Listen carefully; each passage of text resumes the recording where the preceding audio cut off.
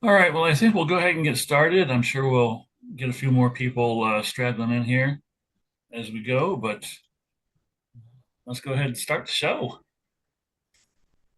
Sounds good. As far as announcements, I really don't have any. We're getting down towards the end of the year, and you know, next month will be our last couple of meetings, and in December we don't have any. Our upcoming competition is uh, is our shallow depth of field, which I had information in the newsletter about that. Expecting to see a whole bunch of beautiful shallow depth of field images, especially for the people in the group who do macro. And the only other thing I'll say, which I also included in the most recent newsletter, is that October is the time when we start looking for people to run the club next year. So if you have an inkling to be the president, vice president, the competition chairperson, or any other position that's listed on page one of our newsletters, please let me know. Just pop an email to me or express your interest. Let me know if you need more information about anything. But the club can't run without people to volunteer to run the club. I've already had somebody who has volunteered to do an outing next year. Hopefully, we can get a few more people to do that. We've got a couple of fifth Wednesdays that we can play with to get people out and shoot together. So I don't have anything else. So Kyle, if you want to take it away and introduce Richard, and we'll be on our way with our meeting tonight. Sounds good. All right. Well, welcome everybody. Richard Lewis is joining us tonight. He is a New Jersey-based photographer who fell in love with photography and his wife simultaneously back in the early 70s. Even before his interest in photography was kindled, he was passionate about the outdoors. To underscore that, there's a little blurb on his website that talks about how when he was a kid on the Little League team, he was the one who was caught staring up at the sky more than paying attention to the game, which I can absolutely relate to myself. So I'll mention one more thing and then I'll hand it over because another thing really caught my eye when I was looking through his the accolades and accomplishments on his website, of which there are many. This year, one of his images was selected as a image for a U.S. postage stamp. Pretty cool. Yeah, that was an interesting process, to say the least. Which stamp is it? It's actually will be released next year, and I'm not allowed to talk about it until the post office actually announces. Oh, because the actual issue hasn't been announced yet? Okay. I understand. I collect Yeah. stamps. That's the reason I was curious. Okay. Thank you. Yeah, in fact, they kept sending me proofs and everything and telling me to delete them when I was done with them. Sorry about that. I was muted. Yeah, take it away, Richard. I don't tend to do super long introductions, so Okay, that was it. Yeah. Okay. Well, first off, thanks everybody for attending this meeting, for inviting me to come to your club. All the way from the great state of New Jersey to the great state of Colorado and elsewhere where you folks are, and I really appreciate it. And we're going to be talking about what is photography. And I will tell you, this is the very first time I'm doing this presentation. I wanted to do this thing, and I put it up on my website, and you guys asked for it, so I actually had to write it and put it together, and it was rather interesting experience. And so I'm going to be sharing a lot of discoveries I've made with that. So just a little bit. I mean, I already had my introduction, and I don't want to talk about too much about who I am, but just, essentially I did discover photography in the 1970s, been doing it for a long time. I worked as a professional, but really focused on fine art landscapes. I do other things too, but I'm highly influenced by landscape painters more so than other photographers. And so I call my style of work painting with a camera. And you kind of see some examples of what I mean by that. And then, basically I've been working my whole career to define what is photography.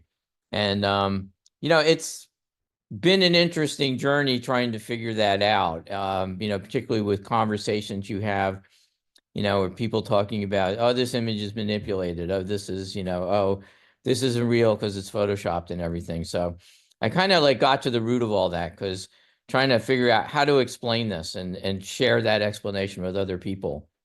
So, let's start off with defining photography. So the Oxford Dictionary calls it the art or practice of taking and processing photographs. That's like, to me, a very useless definition. It's basically saying photography is taking pictures. Wikipedia gets a little more involved, but basically says the same thing. Photography is the art, application, and practice of creating images by recording light, either electronically or by means of an image sensor, or chemically by means of a light-sensitive material such as photographic film. It doesn't really tell what photography is. It's more or less just a description of the process. But I found this to be the best definition, which is really the word photography itself. It comes from two Greek words, which means basically drawing with light. And when you think about it, that's what we do. I mean, we take light and we create with it, we draw with it, we make art with it. And it even works in the digital world, because even when we're done drawing with light with our camera, we move that file onto the computer, and we're still working with light. It's the light of the monitor or however you want to do, but we're really basically through the whole process working with light. I'm going to go take you through a brief history of photography, very brief, because this isn't really a history lesson, but just kind of shows you how photography came to where it is today.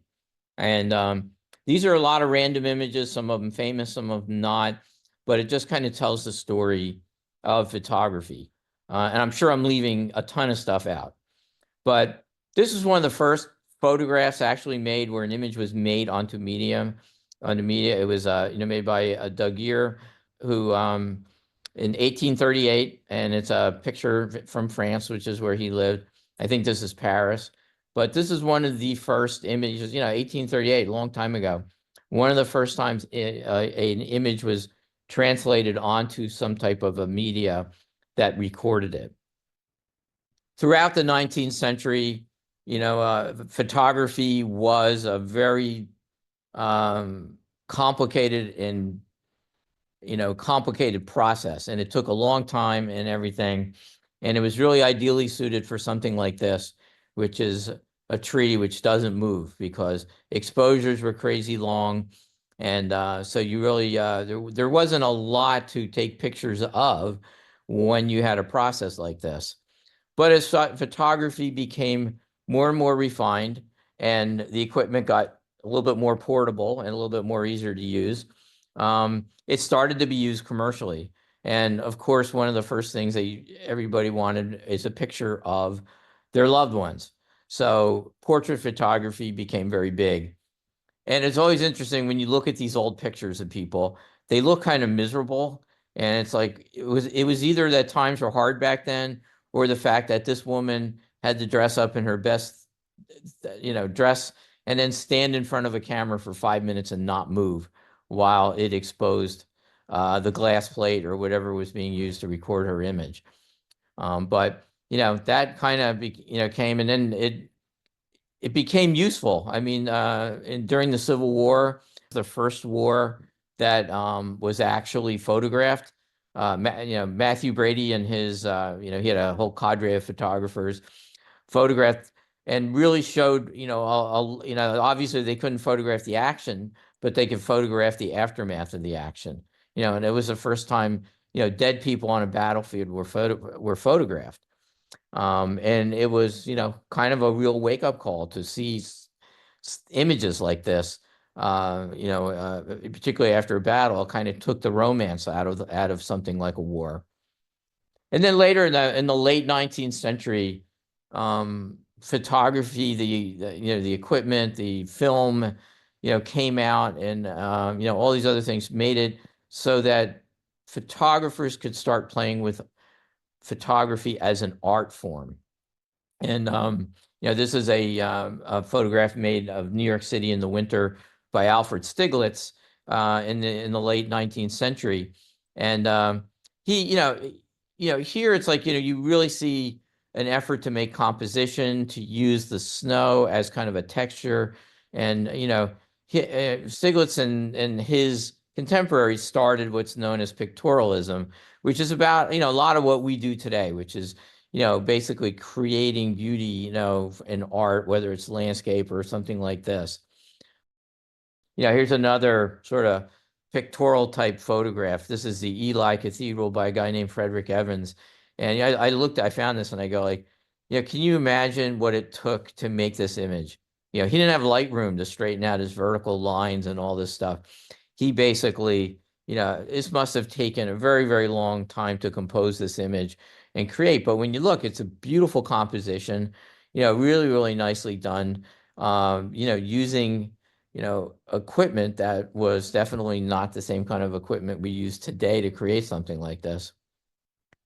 In the 20th century, photography really grew as an art form and really grew as technology. And early in the 20th century, color photography came out. And this is a guy, Mervyn O'Gorman, in 1913, created a series of photographs with this model, and it was all Christina in red. She was wearing the same red outfit and posing in different places. But it was, red was probably provocative, and it was also a picture that stood out, or a color that stood out. So, color photography came out. The ability to photograph with faster shutter speeds allowed photographers to photograph motion, people in motion, like this picture by Paul Strand, famous photograph called Wall Street, which also showing, how contrast and everything was improved with photographs as well. And then, it even got more refined. Here you've got Bresson, Henri Cartier-Bresson, who's, famous for that decisive moment in photography, capturing the cyclist going around a bend, but also at the same time creating an amazing composition that goes along with that motion. Film got better, cameras got better, lenses got better, and everything, which allowed people like Ansel Adams to really create highly detailed landscape photographs with a lot of dynamic range, where there, his zone system where, everywhere there was detail, whether it was in the darkest shadow or the brightest light, to be able to create work like that. And then also as color film, in the early days of color, it didn't last a long period of time and it would fade right away. So the art photographers kind of shied away from it. But as photography got, or as things like Kodachrome and some of the other film became a lot more durable, it could last 100 years and so on. Then photographers started experimenting with fine art color, like Elliot Porter's intimate landscapes. And even though, Photoshop, it was many, many years ago, you have Jerry Usselman, who basically would take a bunch of pictures and composite them together in the darkroom and create all these like fantastical scenes and so on, which were just, really, when you think about it, again, doing this in the darkroom, this is not a difficult thing to do with Photoshop, but he was, here photographers are using the new technology to push the envelope. And photography also became a way of telling a story. Really, and as opposed to just a stiff portrait of someone standing in front of a chair, life was able to be portrayed. One of my favorite photographs of all times is this, called Paradise by Eugene Smith. It was a Pulitzer Prize winning photograph, and Eugene Smith did a lot of work with Life magazine, and that's where this image appeared. And I remember seeing it for the first time as a kid. And then you create these iconic images, here of the Great Depression and the Dust Bowl, the migrant mother photograph has, it really has become not just an iconic photograph of the 20th century, but pretty much an iconic photograph of all time. And a lot of portrait work, a lot of stuff that people do in travel and journalism. I think you can trace the roots of the way those images are made back to this photograph. It is just such an iconic and powerful image. And again, as cameras became more portable. It was the photographer could get right in on the action. Here during the Vietnam War, Philip Jones Griffiths took a photograph of these 3 American soldiers tending a wounded Viet Cong soldier.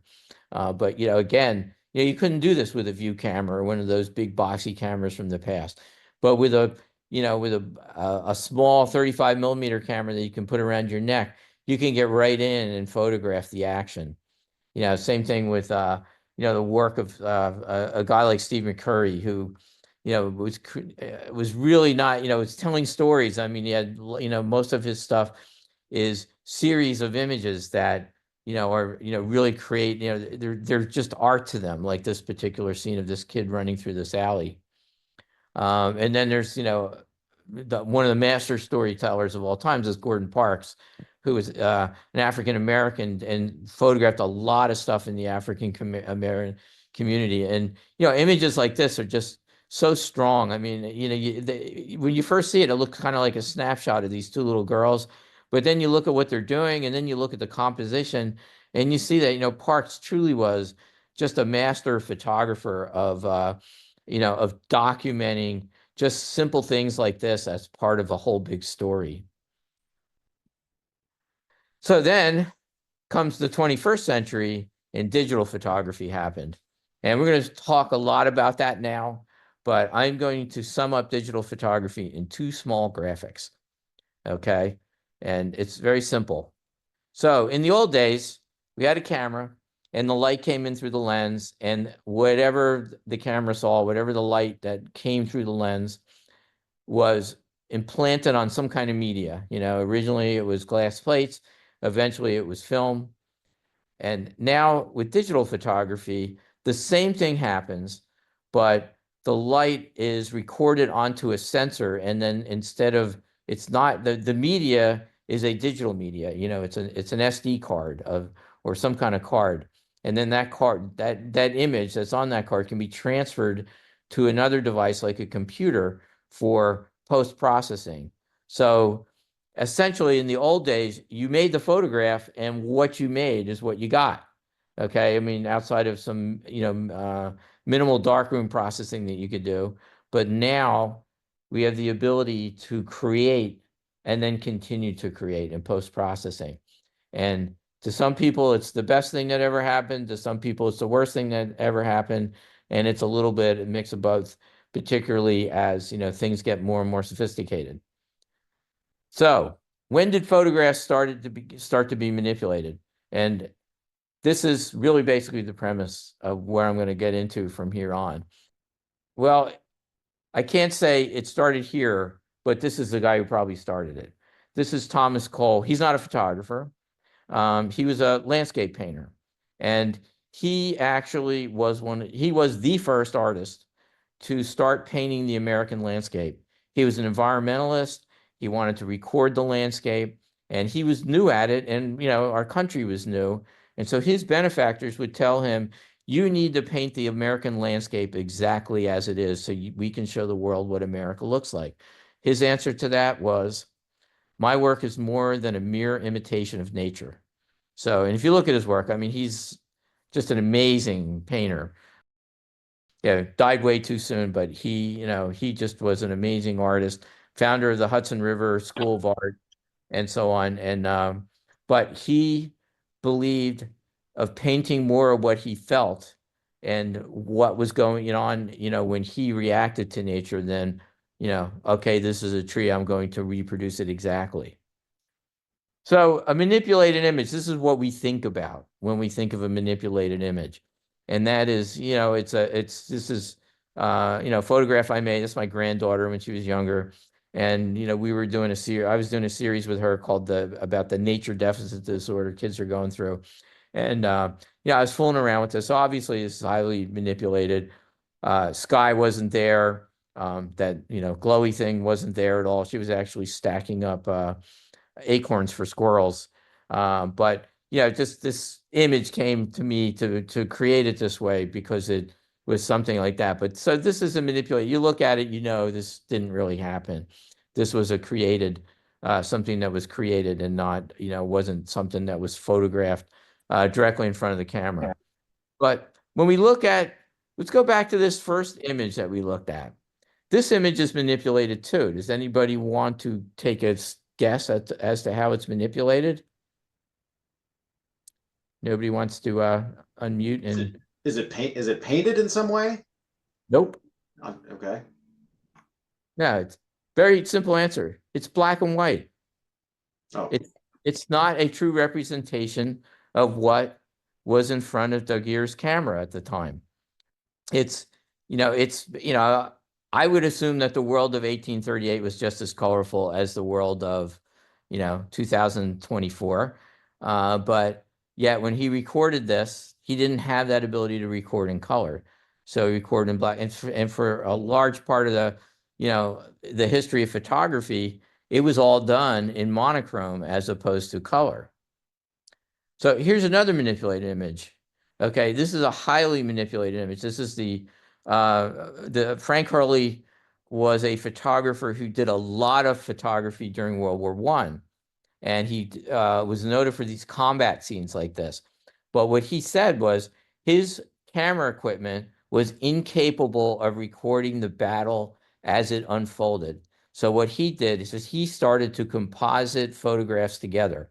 So, in this charge, the soldiers were there, but the airplanes were not. There's a crashed airplane on the right that wasn't there. And many of the explosions and everything he recorded on other shots and then just put this together to recreate these battle scenes. Here's another image that is kind of fascinating that is a fake photograph as well, if you want to call it that way, or a manipulated image. So this is a picture of General Grant at City Point. It was made by Levin Handy in 1864, so it was made during the Civil War. And Levin Handy was a photographer who worked with Matthew Brady. And so he photographed this General Grant standing in front of in camp. Well, somebody noticed about this photograph something along the way. And I read a whole write-up of this particular image. And the first thing that somebody noticed was two things. One is that General Grant was a highly accomplished horseman. He was very, very comfortable on his horse. And the rider of this horse looks very stiff and is, supposedly not in a correct riding position. So there was a question about that. And then when you zoom in on Grant himself sitting on this image, and now there's a couple artifacts here, and that has to do with the quality of the JPEG that I was able to get off the internet. It has nothing to do with the original photograph. But if another thing somebody noticed is that when this photograph was made, General Grant was a 3-star general, and the uniform that this guy has on is a 2-star general. They also noticed that it was very, his head is at a really odd angle. And so it's basically, and if you really look at this really hard, you can see that this head is basically pasted onto this body. And funnily enough, when I was looking at this particular, image, I was like, I read about this image and I wanted to, do a little fact checking. So I looked and I Googled General Grant of the same particular period of time in the same particular place. And I found this photograph of him standing in front of a tent. And if you look, his head in this photograph is exactly this head in this photograph. So this is an uncredited photo, so I don't know if the same photographer made it or not. But obviously, whatever media he was working with, he took this head off of this particular image and put it on this guy so that it looked like General Grant.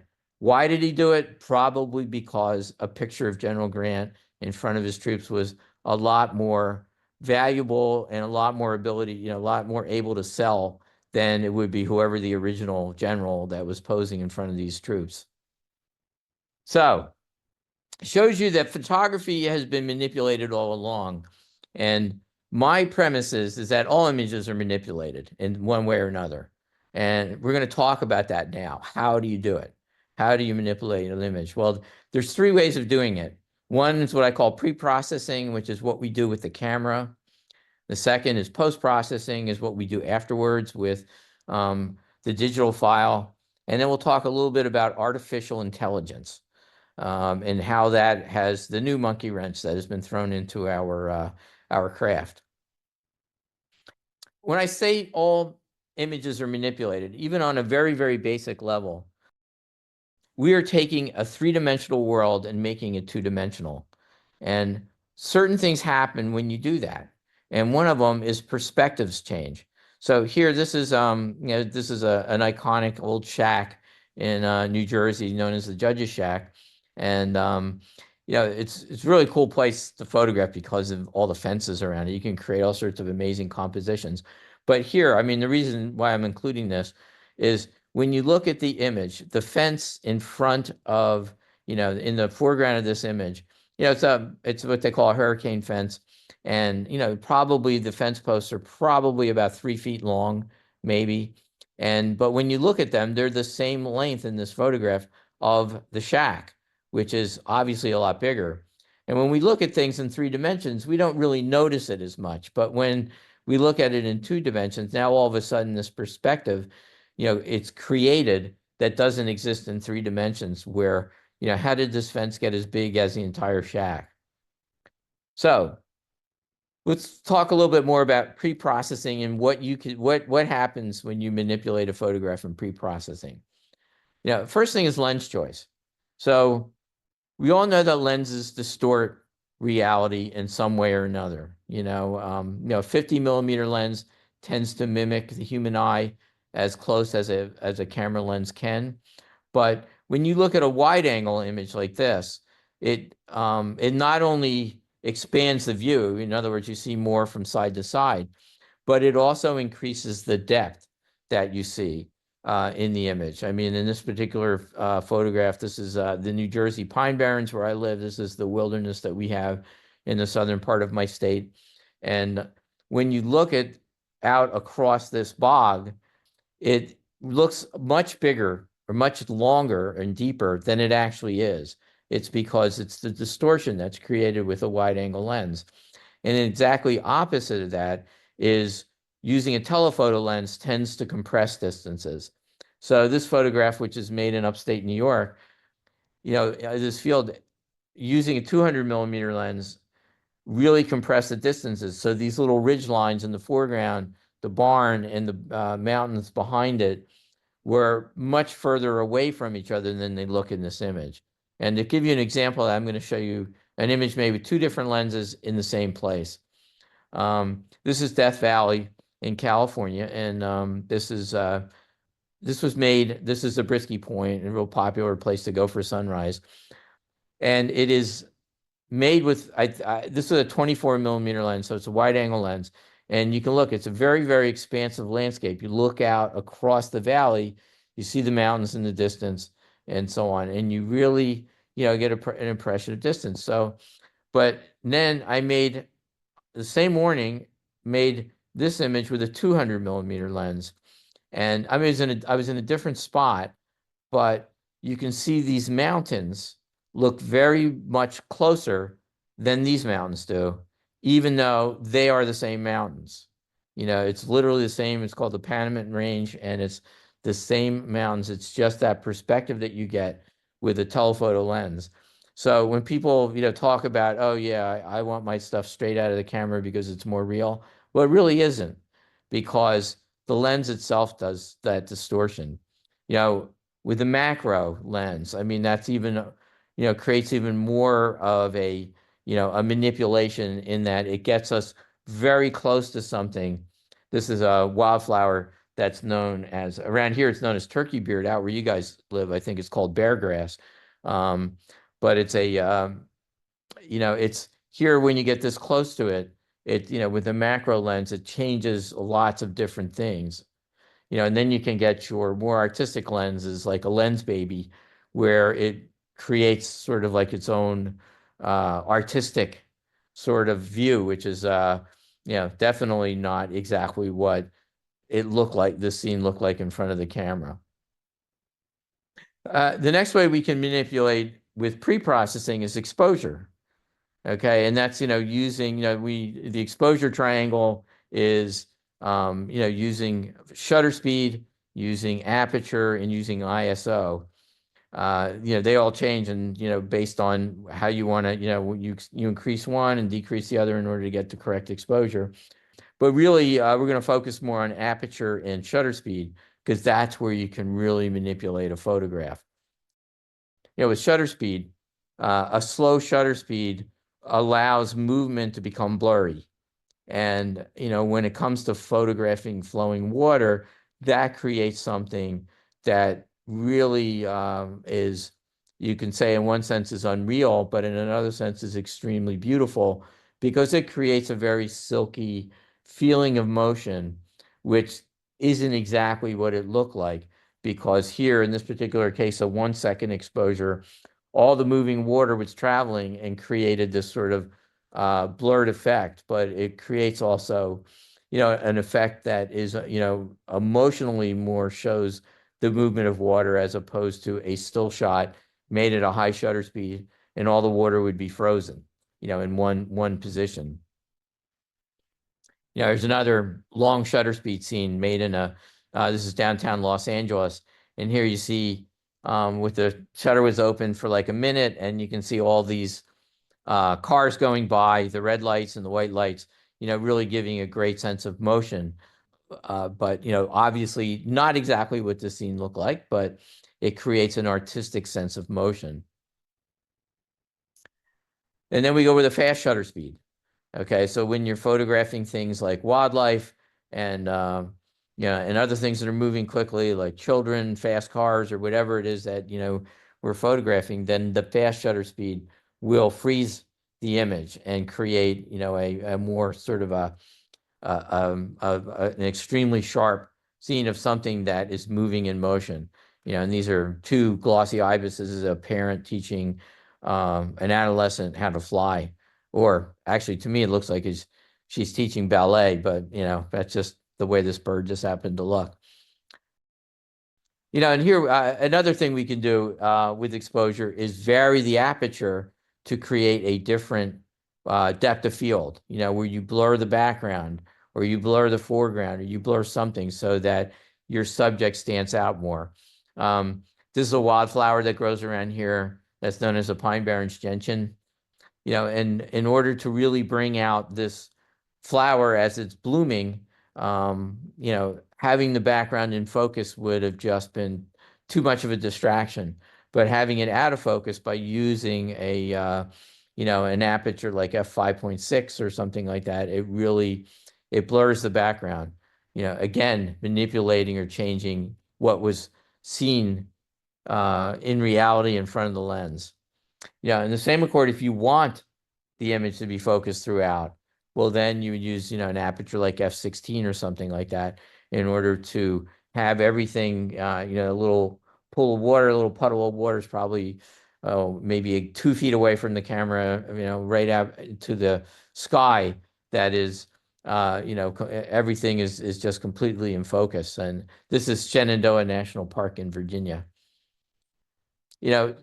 Another thing we can do with exposure is when we stop down the lenses to like f16 and you point it at a bright object, you get this starburst.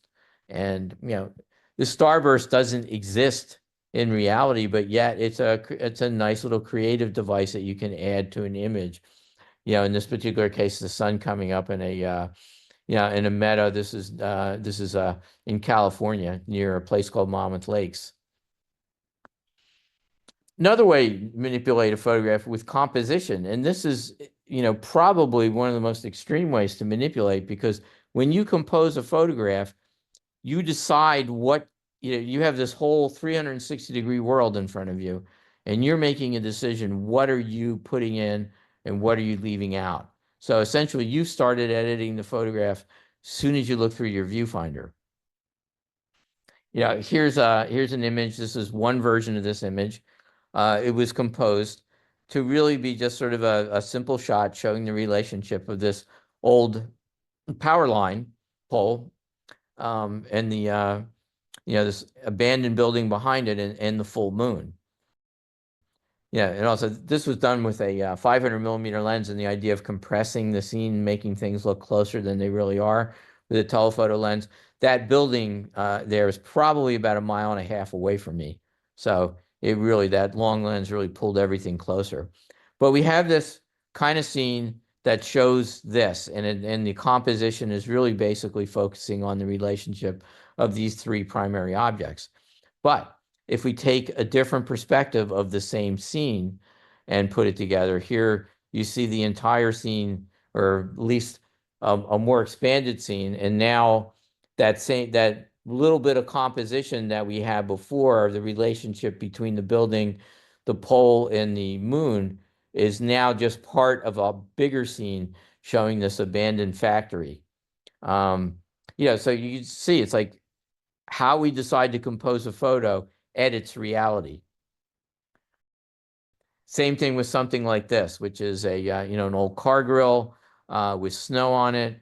It really, the decision was to create something like this, as opposed to not having the headlights in, or the rest of the car, the hood ornament, the tires, the wheels, whatever. Is a decision to basically change this car grill into an abstract piece of photography. Same thing with how you lead the eye through the photograph. Okay, it's here getting you to look at the rainbow with various leading lines and so on really creates a flow that directs your eye in one direction and maybe not in another one. But in the same accord, in this particular image, it also, the way it was composed, this is a drone shot, and the way it was composed is leaving out certain things. Like there was a pile just to the left of that red barn. There was a pile of just a bunch of debris. I think whoever this farmer is, actually I know, he obviously cleared a field, and he stashed all the debris over there by the barn before he could get rid of it. But by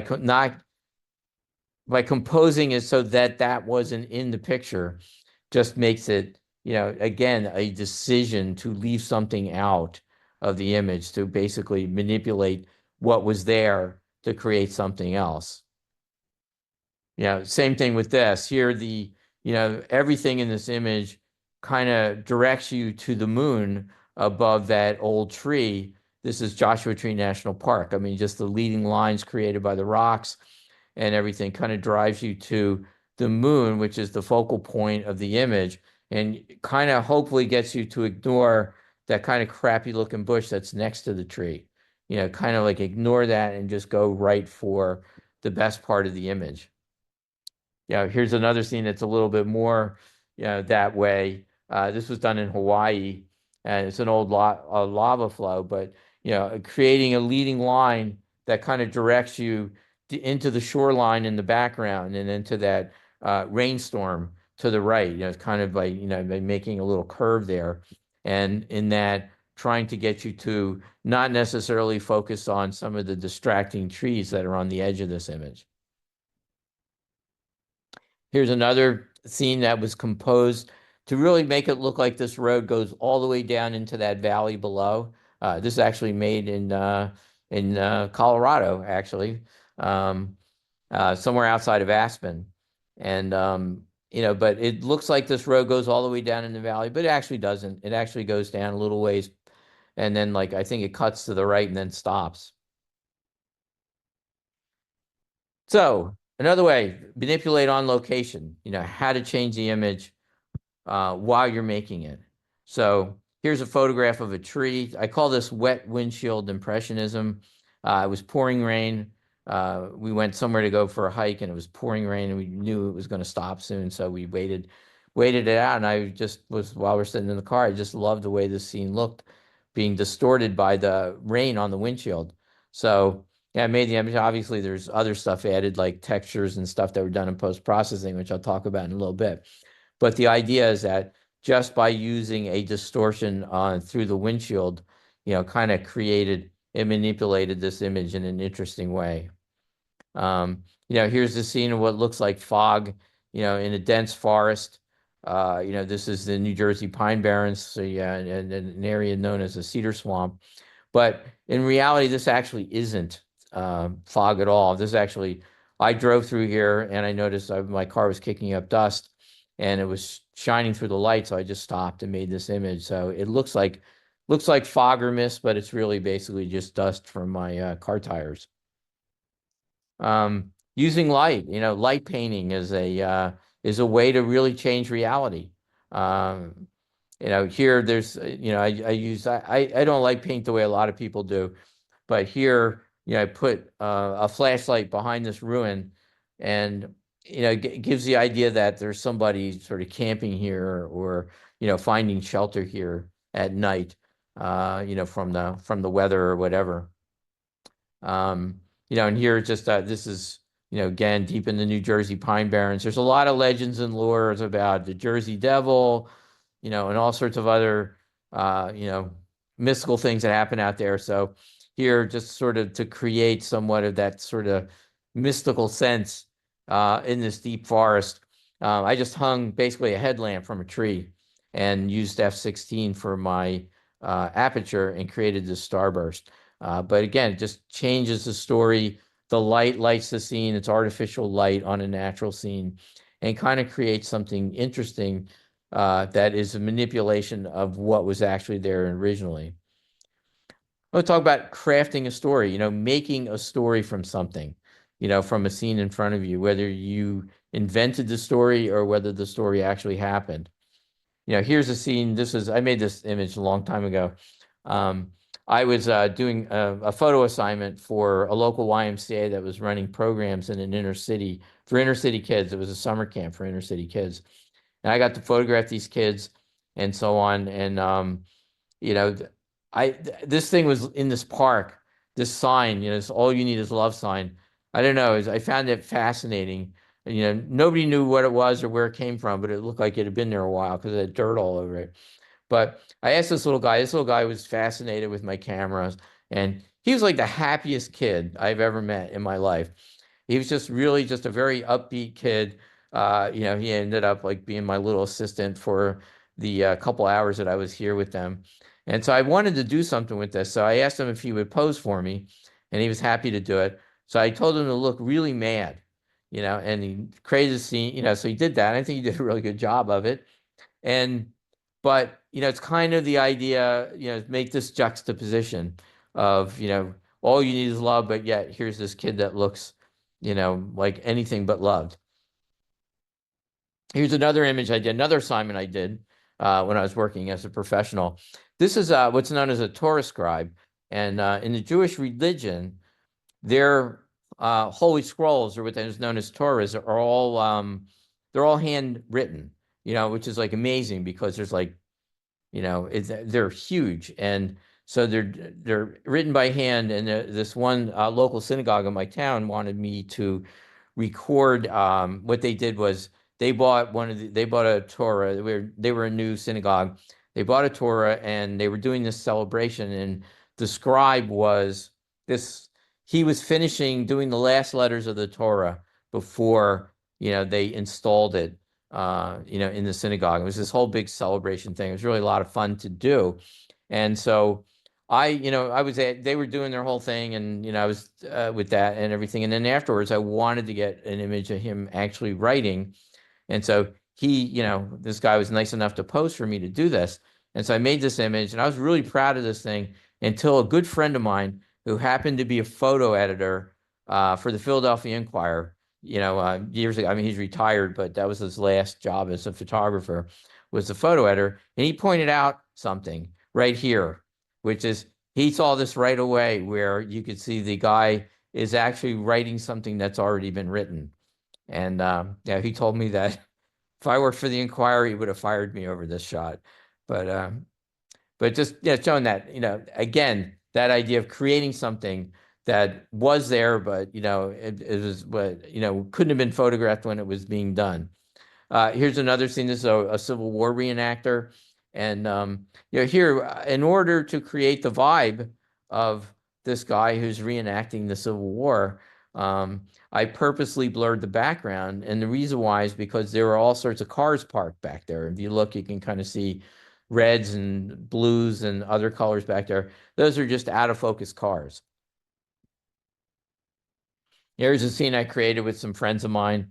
We were in a cemetery one night, and long story short, I noticed that some of the cemeteries, some of the headstones were translucent. So my friend Rob got behind one with a gigantic flashlight and lit up this entire scene. And I didn't realize this was even though it was a lot of light, it was still a long exposure. And the steam that you see is actually his breath. Like when you're in really cold weather, you see your breath. So he did that. So I ended up having him pose with his head just a little bit above, as if the guy who was inhabiting this grave is coming back to life. Here's another scene. This was I've done a lot of work with World War II reenactors, and here I did this, put this scene together, but based on where it was, I couldn't be inside of this building, so I had to shoot it through a window, and the window was really dirty, and the time I thought, well, it's like this isn't going to work out, but then I realized that just adding that texture of the dirt on the window really kind of, and then turning this into a black and white. Really kind of made it a very much more, a very, to me, a much more artistically interesting image. So now we get to post-processing. So this is where, where images really can be manipulated. It's where we get to continue to create after we've created a photograph. So let's talk about let's start with the most complicated stuff first, the stuff that is, one point was the scariest stuff out there, which is people who composite photographs. So here's just some composites. Here's a model. This happens to be a friend of mine's husband. I mean, he's also my friend. My friend really does some fairly amazing photography with models. She creates whole stories and everything. And she uses her husband a lot as a model. This is a character she created who's a sort of a gumshoe private eye from like the 1940s and the 1950s. And so I was doing a photo shoot with, and I helped her with some stuff. So we were shooting this guy in the studio, and he was just against a black background. So I added, I just felt like the scene more like a night scene.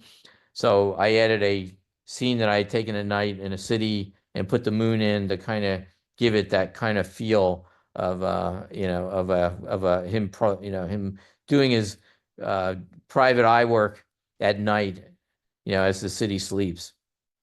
Here's another scene, is another reenactor from the Civil War.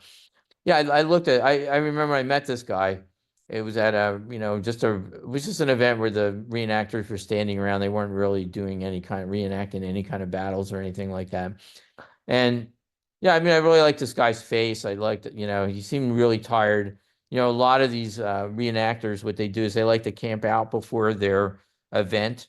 And so they're probably up all night doing whatever they do, and they're probably exhausted the next day. And this guy was just standing in front of a tent, but he looked so exhausted that I felt like he needed to be somewhere else. And so I took this photograph I had made of a Civil War fort in Florida, and using the magic of Photoshop, destroyed it. And so made it look like an after battle scene, where he's exhausted after this battle was fought. Here's a composite that I made. This is right.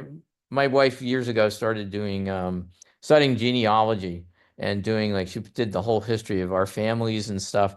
It's really fascinating, but I always wondered, I had this feeling what is genealogy? It's really basically studying of the dead, essentially. So I kind of created this composite out of a bunch of images that I had in my library in order to create this idea of what, that kind of more morbid view of the study of genealogy.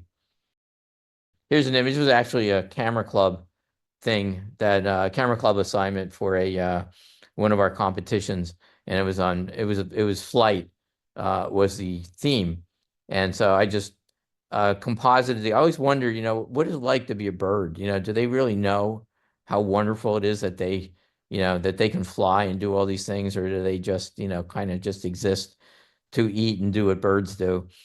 But I had this image I made of a drone shot over some fog with the sun. And, it really wasn't much of an image in itself, but when I put the bird in here, it kind of really made a different, kind of made it a little bit more of a different effect. Here's another scene I did. It was just playing around. This kid's what's known as an aerial dancer, and the way this image was shot would have been if you rotated it clockwise, 90 degrees. She was like posed on this thing, and when I was playing around with processing the photograph, I was listening to the Van Morrison song called Moon Dance, and I just had this idea. So I turned the photo, I cloned out the rope that was holding this loop thing that she was hanging from, and I, stuck a moon and created a man in the moon from another photograph, and created this scene just based on a song.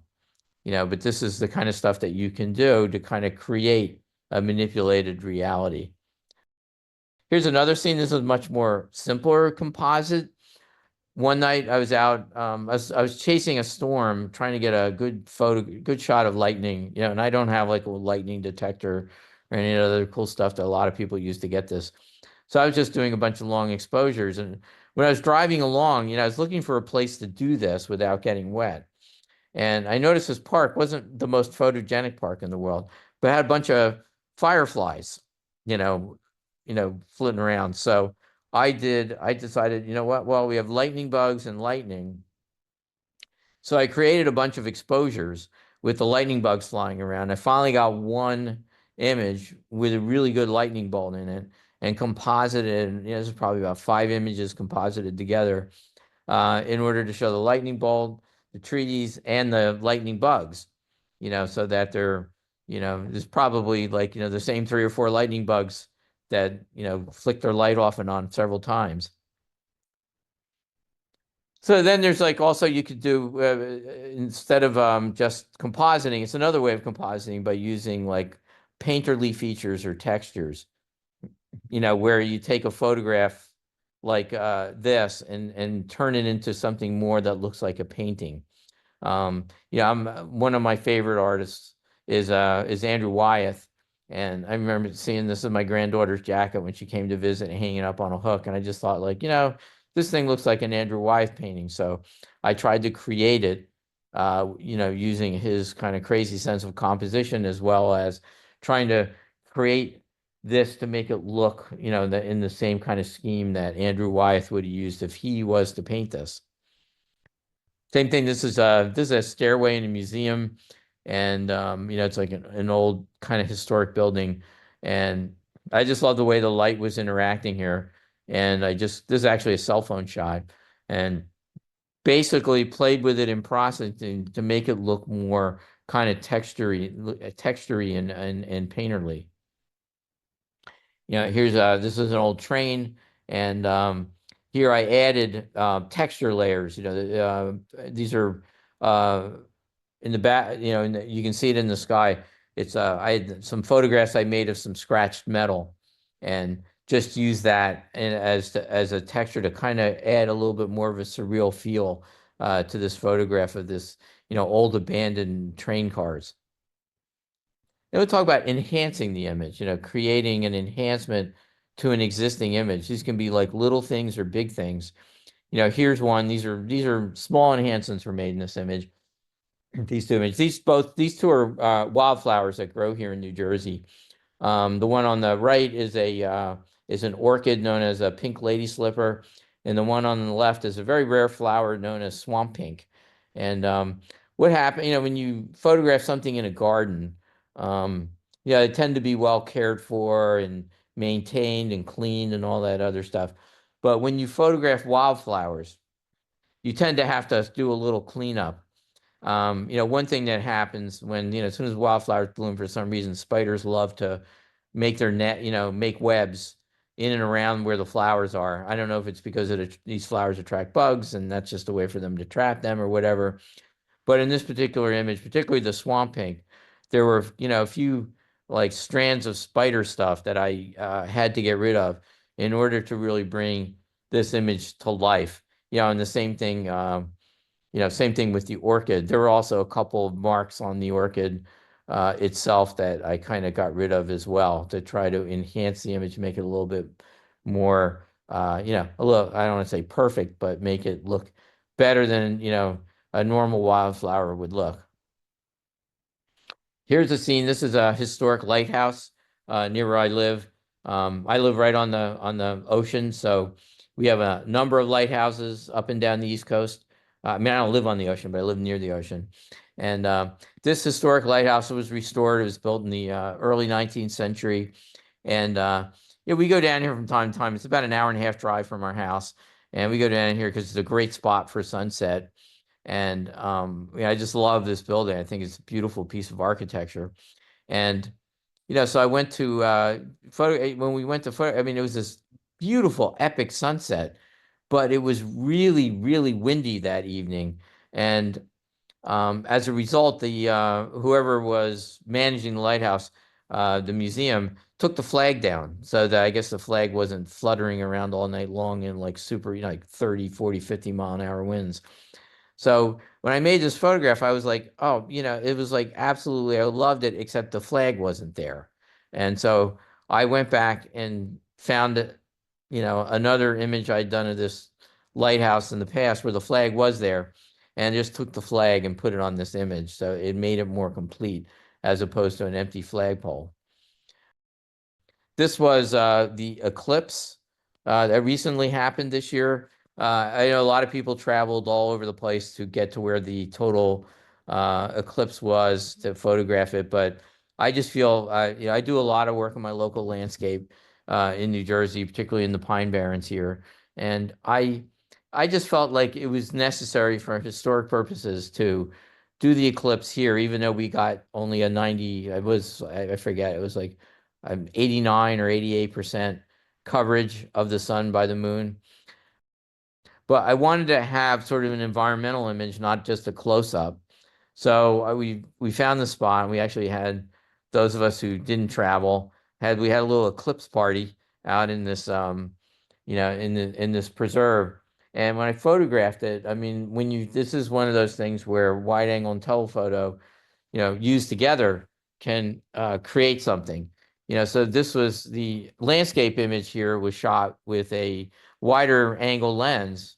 I can't remember what the millimeters were, but it was, fairly wide, probably, somewhere in the neighborhood of 24 to 30 millimeters. And so the eclipsing sun was very, very tiny because, things get shrunk when you shoot with a wide angle lens. So I composited in a second shot, made at the peak of the eclipse in here. That was made with a telephoto lens.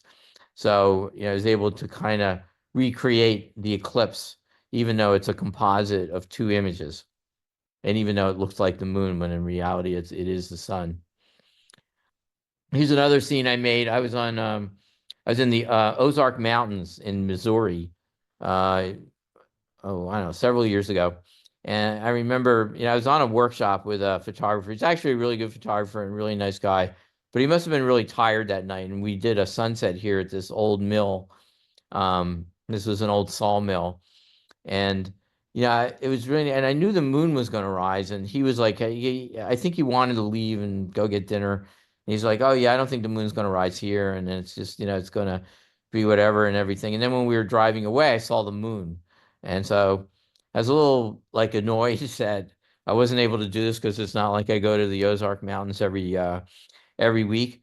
So I recreated the scene with the moon in it. And added the moon. It was a little bit cloudy that night, so I added the clouds and so on. And just to kind of recreate what this would have looked like had we stayed that extra half hour to get the moon rising over the trees. Sky replacement is, it used to be a real craft to replace the sky. Now it's a fairly easy process. You can do it almost like with a push of a button. But here, this particular image is a tree swallow looking up at it. It was up on a tree, and I just really like this sort of perspective, particularly with the eyes and the way the wings look and everything. But it was just a plain kind of blue sky. So I added this particular sky to make it a bit more of a dramatic image. Here's another one that's a little bit less, kind of drama focused. But, some of those times, and I know a lot of people who travel do this. And the idea, you take an image and you really like it, but the sky may not have been as interesting. And then like a couple days later, you're somewhere else in this area and you get this like really nice sky at sunrise or sunset. And so what do? You go back and, you can recreate this. So this is Joshua Tree National Park. And when I made this image, it was, pretty much a blue sky kind of day before the sun came up. And then, several days later, we go to Joshua Tree a lot. We usually stay there around a week. And so we were there and it was like, had this really nice sunrise. And I'm like, well, I'll photograph it and then just put it into this image. And in doing so, it was kind of like, okay, I wasn't there, but it probably looked like that when the sunrise happened. So another way, we talked about this a little bit, going black and white, like changing the colorful world that we live in into a black and white place, and what happens when you go with black and white, and the reason why photographers still work in black and white is because when you take color out of the scene, you start to focus more on the tonality of the scene and the texture of the scene and the light. It's like all of a sudden these things which kind of, compete with color now become more in the forefront, and just like a simple scene like this of a doorway, really kind of you focus more on the way the light is falling and the textures in the walls and the door and so on. Here's just another scene of these. This is what's known as a ghost forest. These trees died. And, they're on a foggy day, I made this image and it just worked better in black and white. It tends to look more like a sketch than a photograph from doing it this way. Sometimes particularly when you have something like an abandoned building, right? When you make an image in black and white, it all of a sudden, not only do you focus more on the light and the textures and the tonality of the scene, but it also kind of unhooks it from time. And, here's this, we know that images were always black and white before color photography was invented. So when you create something like this, now all of a sudden this image could have been made in 1870, it could have been made in 1970, or it could have been made last week. Playing in black and white when you actually get into, this is the sand dunes in Death Valley National Park. When you really, really work in black and white and you start to manipulate the black and white itself, you can really create something where a landscape becomes an abstract. Here just really varying the contrast of this image enough so that it really, really becomes black and white, and it really, really becomes, something that's more abstract than a scene of sand dunes. And you can just create almost a vision from something. This is a scene in Alaska, and I made this image. I really like this mountain, and it was like horrible conditions. It was pouring rain. I was on a fast-moving boat, and it was just, I just had like really, really bad conditions to work with. But I really liked the mountain. I, kind of looked like a dinosaur, and so I made the image and sat on it for a long time, and finally realized if I made it black and white and really worked the processing, I can create some really interesting drama. And I just want to show you, this is the raw file. This is the file that came out of the camera. It was shot handheld, really bad light, plastic bag over my camera and all this stuff. So I was like high ISO, high shutter speed, exact opposite of what a landscape photographer likes to work with. But, working everything that's in this image is in this image. It just had to be brought out in post-processing, and making it black and white really allowed that to really, really happen. The opposite of black and white is coloring. Yeah, we photograph in color, but who says you have to maintain the color that the camera saw? Here I purposely colored this scene. This is an old barn. This is actually a National Historic Site in Pennsylvania. And I purposely colored it in a way that made it look more painterly, as opposed to, and I did this all with Photoshop and using different coloring tools and so on. I do a lot of color correction with my work, and I do a lot of color enhancement. And sometimes it's really subtle, and sometimes it's like very different than what this actually looked like. I mean, this is really what you would imagine, a white barn with, with some unpainted wood, siding and just a plain stone foundation. Yeah, here's a scene I made. This is a foggy scene of these three old trees out in the middle of a bog somewhere. And it really was basically, it was, the fog was almost white, but the sun was starting to come up and there was some color going on. So I added some warm colors and cool colors to the scene to kind of make the image a little bit more of the way I felt about it, as opposed to what it exactly looked like. Here's a twilight scene and a nice mix of sort of warm colors and cool colors. But again, working the colors in this scene, we tend to think of the night and twilight. We talk about the blue hour and so on, and it is blue, but it's not necessarily as blue as it looks in this photograph. But it kind of gives you that impression of the blue hour. I mean, this is probably about 2 hours before sunrise when I made this. Here's another thing. I just made this photograph the other day. We're just starting to get our fall colors here in New Jersey, and they always are beautiful to behold. And so this tree is starting to turn. This is pretty much, although the contrast and all the other stuff, all the light adjustments have been made on this. So this is the Lightroom image after I would bring it into Photoshop and then bring the color out. Now, I mean, one thing to keep in mind, this is a raw file, and raw files tend to look kind of flat and lifeless when they come out of the camera, and then it's our job in post-processing to bring them to life. But what I did was, this is the color version that I made using various tools in Photoshop, actually some even in Lightroom too. And, to kind of bring out the color, which is a bit more like what was there, but it's also, again, I like my photographs to kind of reflect what I feel, even though they also reflect what I see. So that's why that happens. So another way we can manipulate is fixing what the camera cannot do. If anybody's ever used a drone, I mean, drones are amazing. They've really come a long way over the years. And I've got 2 drones and I use them a lot to photograph. But one of the things with drone, they have small cameras and they have small sensors.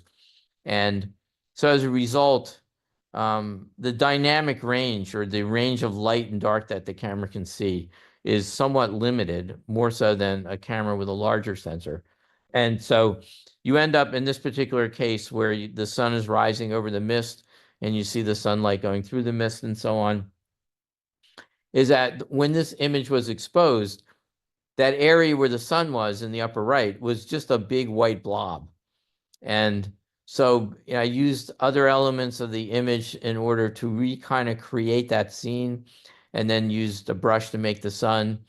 And then, just basically showed what was there, but the camera was unable to pick up. Another thing too is when you photograph the moon at night, sometimes it can be really bright. And when you look at the photograph, it's just this big burned out blob of white. And then when you have a long exposure, there's another drone shot. When you have a long exposure, well, the moon's moving, so you can actually see the movement of the moon. So instead of this white blobby circle, you get this white blobby line almost. And so, here I photographed this with my drone from above. This is Monmouth Lakes, California. And then I photographed from the ground. I photographed the moon with my regular camera and a telephoto lens, and then just took the blobby moon out and dropped in the more correct moon, or the way it actually looked, although the camera didn't record it that way. Here's another scene of the moon rising kind of well after dark. It's really in the twilight, and here the moon really was just way overexposed. So I did 2 exposures here. I exposed for the moon, and then in which case the landscape was horribly dark. And then I exposed for the landscape and composited the moon from the one photograph over the white spot of the moon that was in the photograph that showed the landscape. High dynamic range photography, or HDR photography, happens when, you have such contrast in the scene. You take multiple exposures, from really, really bright to really, really dark, and then you use software to composite them together. And it kind of takes the best of both worlds. And, even though your eye sees it this way, your camera does not. And yeah, and cameras have gotten a lot better, and there's less need to do HDR. But this image, I made this like a week ago, and here I needed HDR. I was in this dark old barn. It's an old 18th century barn with hand-hewn beams and, hand-set stones. A really beautiful old building. And I'm in this old abandoned barn, and I'm photographing, and I just knew I was going to have to do HDR. And just to give you an idea, this is actually 5 different images composited or put together using Lightroom. But just to give you an idea, this was on the left is the brightest image I made, which was made to kind of show the detail inside the barn. But you can see through the doorway of the barn, it's nothing but a big bunch of white because it didn't show up. And then there was the darkest photo, where you can see there's like virtually no detail in the barn, but you can kind of see, really pretty clearly what's going on outside of the barn, that kind of overgrown sort of area outside of the barn, which kind of goes really well with an abandoned property like this. Here's another image I made, and I've often said, like, if I'm doing a more of a in-person presentation, I'll ask, like, okay, so where's the manipulation? And people go, oh, well, you added the moon. And I'm there like, well, not really on this one. The original image was, that's this historic mansion. This was an eclipse of the moon, and it's exactly kind of the way it was. It was a single exposure, but what I had to fix was the camera was pointed slightly up, and as a result, the buildings was distorted because of that. When you do that, the vertical lines of the building tend to converge based on the fact that you're pointing the camera up. So what I did was I used Lightroom to straighten this out. And what I did have to end up doing, but because when you straighten out the building, then the moon became distorted. So I essentially took the moon from this shot and put it back in its rightful place here. But in reality, this was the single exposure that I made. I mean, this already had some adjustments done to it, but this was not a composite of 2 images of the moon and the building. So now we get into the final part, which is artificial intelligence. Artificial intelligence really in photography just became readily available to the general public, really very recently. And it just keeps getting better and better. And, there's all sorts of things you can do with it. And really what you do with it is up to you. And when I get to my conclusion, I'll kind of mention that a little bit. But it is a reality, and it's been added to a lot of the post-processing programs. Even it's being added, it's being used in cameras now itself to help set exposure and all this other stuff. So, but just to kind of look at what you can do with artificial intelligence. I made this photograph, well, I don't know, I forget when, maybe 2 weeks ago. And birds rarely pose for me. They generally fly away when I see them. But this is an old abandoned marina along the Jersey shore. And these birds were perched on top of these old poles that I guess were moorings for the boats that were kept here. And so I made this photo. This was handheld with a very long lens, and I think it was 500 millimeter. And so I made this photograph, and the bird in the bird in the center was really just sharp. The other 2 birds in the poles were less sharp, and just they were blurry enough that it made the image look like it wasn't going to work. So I put it in a program that's made by Topaz. It's called Photo AI. And what it does is it will use artificial intelligence to decide what needs to be in focus and what doesn't need to be in focus. It will, it also does a little denoising and everything. And surprisingly, it took the two birds that were out of focus and sharpened them up very nicely, as well as the posts that they were standing on. And really just kind of saved this image because I really loved the composition of this image. The other thing I used artificial intelligence to do is that the way the camera was positioned, the grass, the marsh grass on the bottom of the photograph was it just was, wasn't as visible as it was. All you could really see were the tops. So I did what they call, canvas extension in Photoshop, where I extended the canvas of the picture, which I said I created a blank spot on the bottom and used artificial intelligence to kind of fill it in.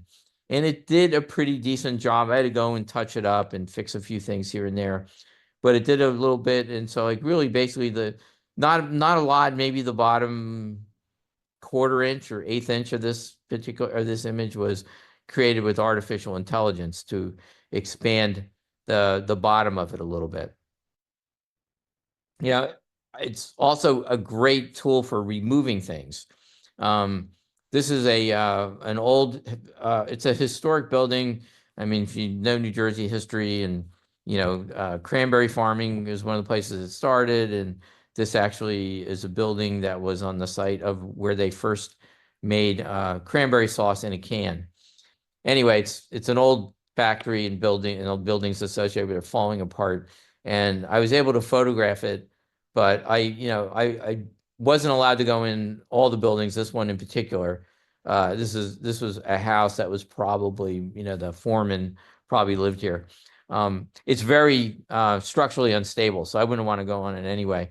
So what I did was I photographed through the windows, and I couldn't really get the perfect compositions. And in this particular image, two things were problematic. One, in the lower right-hand corner was the edge of something that looked like an old chair. And also the exposure, I didn't notice it at the time, but that lace on the window was completely white. And I didn't notice it when I made the image, and otherwise I would have done something more with like doing an HDR type scene thing. So I took artificial intelligence, had to remove that thing, did it a pretty good job. I mean, of even lining up the floorboards and everything. Again, it needed a little touch up, but it saved me hours and hours and hours of doing it the old fashioned way with like the cloning and the healing tool and so on.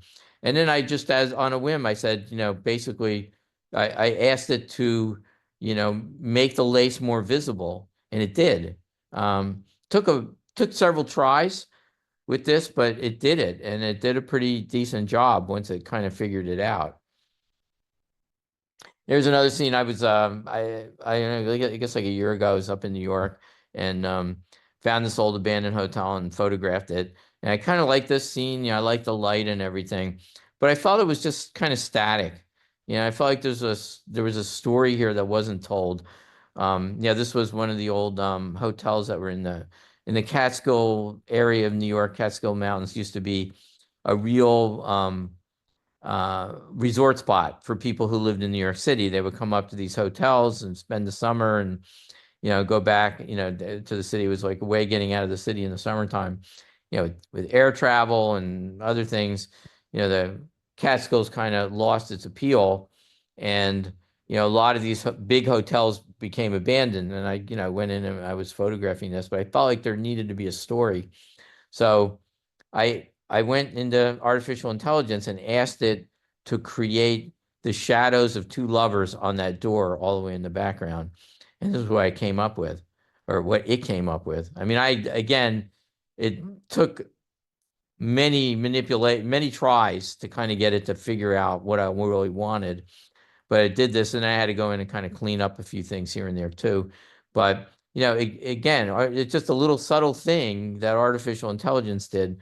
But it was beyond my skills to create this, but AI helped me do this type of scene. And even though it's a minor thing, it kind of really changes the story.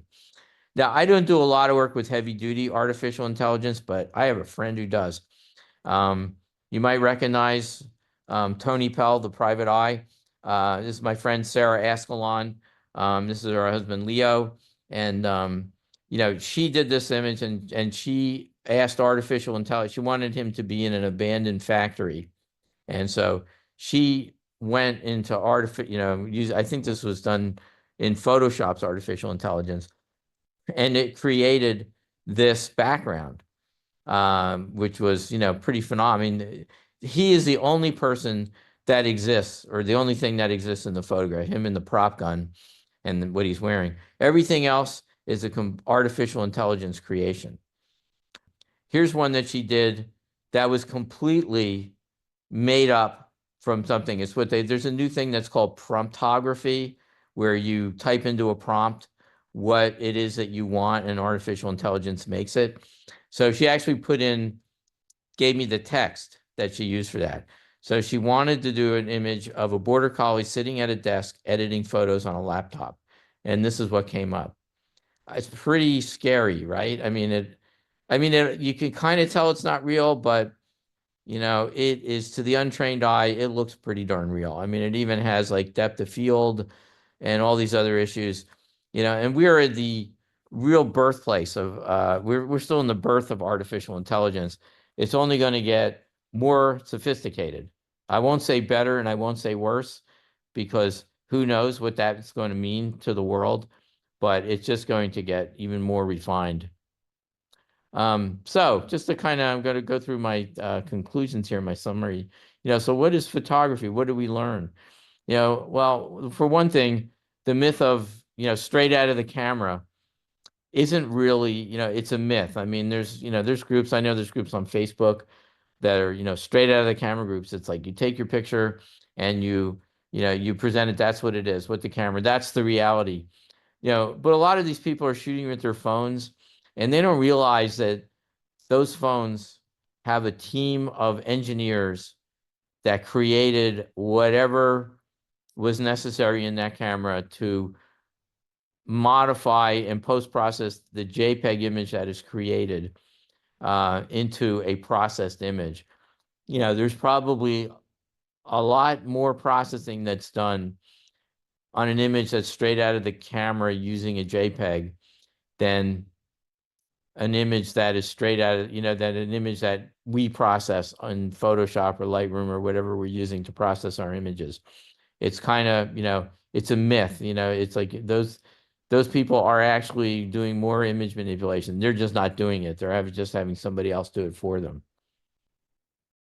Premises, all photographs are manipulated. I mean, as soon as you take off the lens cap and you look through the viewfinder or look at the screen, however you compose your photographs, you already are editing reality by deciding what goes into the photograph and what doesn't. And then everything else we do with lens choice, shutter speeds, apertures, and then eventually into post-processing, all that stuff just continues to manipulate the image. Photography is a form of art. Digital photography provides more creative tools. So, I mean, you have like Stiglitz creating beautiful artistic photographs in the late 19th century using the tools he had at hand. And now we have different tools, that allows us to create in a very, very different way. But we do it in the same way. We just do it. I mean, the process is the same. The creativity is the same. It's just the tools we have are more refined.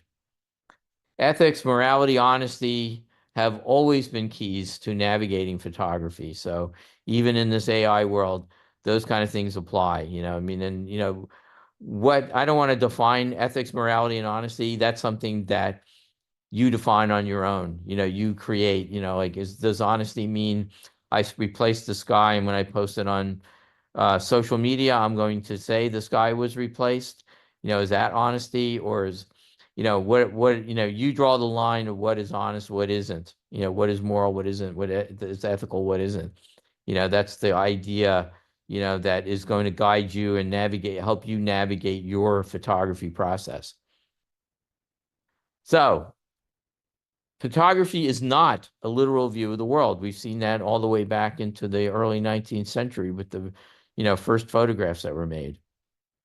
Photography is a form of art where the photographer uses what is in front of the camera to express ideas, feelings, and creativity. In conclusion, So what do you want to photograph? What you see, what you feel, or something in between? In this case, there are no wrong answers. It's really, you're the artist, you're the photographer. You get to do it the way you see it or feel it. So that's it. Thanks. I just want to thank you guys for this. Just a little shameless self-plug. I do workshops, here in the New Jersey Pine Barrens and a few other places. I do instruction, presentations, obviously. I'm also the author of this book over here, which is a photography guide to the New Jersey Pine Barrens. If you guys are coming to New Jersey, this might be something that you might find really helpful. If you want to see my work, more of my work, it's richardlewisphotography.com is my website. And if you want to email me ever, there's my email address, rich@richardlewisphotography, and the .com doesn't seem to be there, but it's rich@richardlewisphotography.com. And with that, I'll stop sharing my screen. And if anybody has any questions or anything, I'll be happy to answer them. Great presentation. Yeah, that was excellent. Thank you. I have one question, actually. It's not specifically about the photography itself, but when you went to the Catskills and you're photographing the abandoned hotel, are there a lot of abandoned hotels and things like that still left up there? Not as many. A lot of them have either been restored and repurposed as there's now a lot of things like yoga retreats being done in them and everything. But a lot of them have been knocked down. They were AI sores and people were going in there and getting hurt and stuff like that, burning them down and doing all these other things. So yeah, a lot of them, there's very few that are left like that. And even that one particular hotel I was in, the plan was to knock half of it down and then rebuild it as some kind of a conference center or something like that. Do you like abandoned stuff in general? Is that kind of like one of your things? Yeah, it is. I am mostly a landscape photographer, and I shied away from abandoned photography for a long time. I felt it was too cliched. But then I started doing it. I mean, it started with me. We have a lot of crazy stuff around here, and one of them was actually just real close to my house, was an abandoned Nike missile base that was used, during the Cold War as I live outside of Philadelphia, so it was a defense, it was an anti-aircraft defense to help Philadelphia. And so I photographed it, and it really, I mean, it went viral in an odd sort of way for a photographer. It went, historians started contacting me and veterans groups and so on. And I learned a lot about how important, so that kind of opened the door for me. And, but I mean, I do abandon, but I don't do it like a lot of people do it. I don't sneak into places and everything. If I do it, I get permission from the property owner. I'm a kind of a known pro, or at least around here. So, people know me and, I'm insured, I'll sign any kind of waiver and do any things like that. And I usually, work out a deal where I donate the photos to a historical society or something like that. And, so it's like kind of a win-win thing. And I also do a lot of research. I don't just go in there because I like to photograph peeling paint and rotten wood. To me, I'm trying to kind of honor the history of some of these places. Some of them, they're maybe just simple farmhouses, or maybe they're old mansions, or industrial sites. I just feel like I'm honoring them in some way and trying to create art around that. So my work's not as documentary as a lot of abandoned people do as well. Yeah, because I was gonna say, one thing you might want to check out that's close to you that I loved when I was there is Bethlehem Steel and the steel plant, if you haven't already been there. Because not only is it, authentic, but they're actually preserving it. And they've kind of made a skyway so that you can walk across without actually going in it, but be in it, kind of thing. And so, just so you know. Yeah, no, Bethlehem Steel, they call it the Stacks. And it's become quite an art center. And it's also become very difficult to actually photograph the abandoned and make it look abandoned, because there are some stuff where there's like on that like walkway, there's a thing where you can see like a row of old machines and stuff like that, and that's kind of neat. But a lot of it is like, there's like art installations there, and they light it up at night. It's really beautiful with all these LED lights and stuff. So it's not like it's it's it's almost like a mix of abandoned. It's like taking abandoned and really turning it into art. And yeah, it's a neat place. So it really is. No, it's great, and it's one of the few steel mills that have been preserved, because many of the other steel mills, like Bethlehem Steel, have been knocked down and have become something else. Right. Anyway, yeah, I was there just during a late afternoon session in 10 years ago, 8 years ago, something like that. And it was fabulous. And of course, I was shooting from the walkway in towards the mill. So as a result, there was all sorts of great abstracts and things that, they looked very old because there was nothing else that was really in the way. And that's what I loved about it. So Yeah, you did that. And we did, I went up with some guys and we did, we got it. It's like you have to get approval because it's close to an airport, but we flew drones there at sunrise. And that was like really, man, that was so much fun. oh yeah, well good. At least Really. you've been there. So that's good. I just want to make sure you knew about it since you were close. Yeah, no, I appreciate that. I appreciate that. Yeah, it's kind of a well-known, it's really, really come into its own as an art center. They have concerts there in the summer and, all kinds. There's usually some kind of sculpture installation on the grounds and stuff like that. It's a neat place to be. It's really, really become something that, and Bethlehem was really kind of a dumpy town. It was very economically disadvantaged. And after the steel mill closed, and that's really kind of brought it back to life. Yeah, it was pretty cool. Well, anyway, thank you very much for your presentation. I really enjoyed it. Great. I'm glad you did. You enjoyed it. Anybody else have a question or anything? Well, if not, again, thank you for inviting me to your meeting. And it was great to stay up a little bit late here because it's now after 10 o'clock here in New Jersey. But, I hope you enjoyed it. And, if you have any other questions, feel free to email me or, check out, contact me through my website or whatever. And, I'll get back to you. Yeah, greatly appreciate it, Richard. Like Dan said, it was a great presentation, and really appreciate your time, and definitely the lateness that it is for you over there on the East Coast.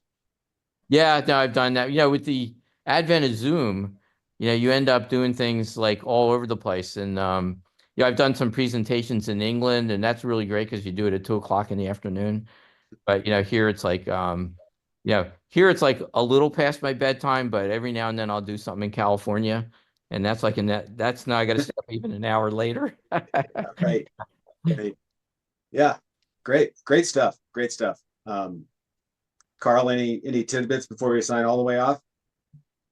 No, I'll echo everybody else's. Thank you very much for a rich presentation about not only the history of photography, but your own views on it. And I appreciate you showing all the different types of things that you did, from HDR to macro to everything else, and talking about processing. I never really thought about, the camera, the phone, the whatever that actually does process the image quite a lot before we even get to it. So that's an interesting point to consider. But yeah, we're all creative folks, and that's what we do. Yep, and how we do it, what our limits are, what we, it's really, it's like, as I always tell students, it's like, it's your work. You got to like it. If you like it, then it's great photography. There you go. Great point. Thank you. All righty. Well, again, thank you guys, and I hope you all have a good evening. Thanks, Thank Rich. you. Appreciate your Thank you very time, much, Rich. effort. Thanks. Bye-bye. See ya.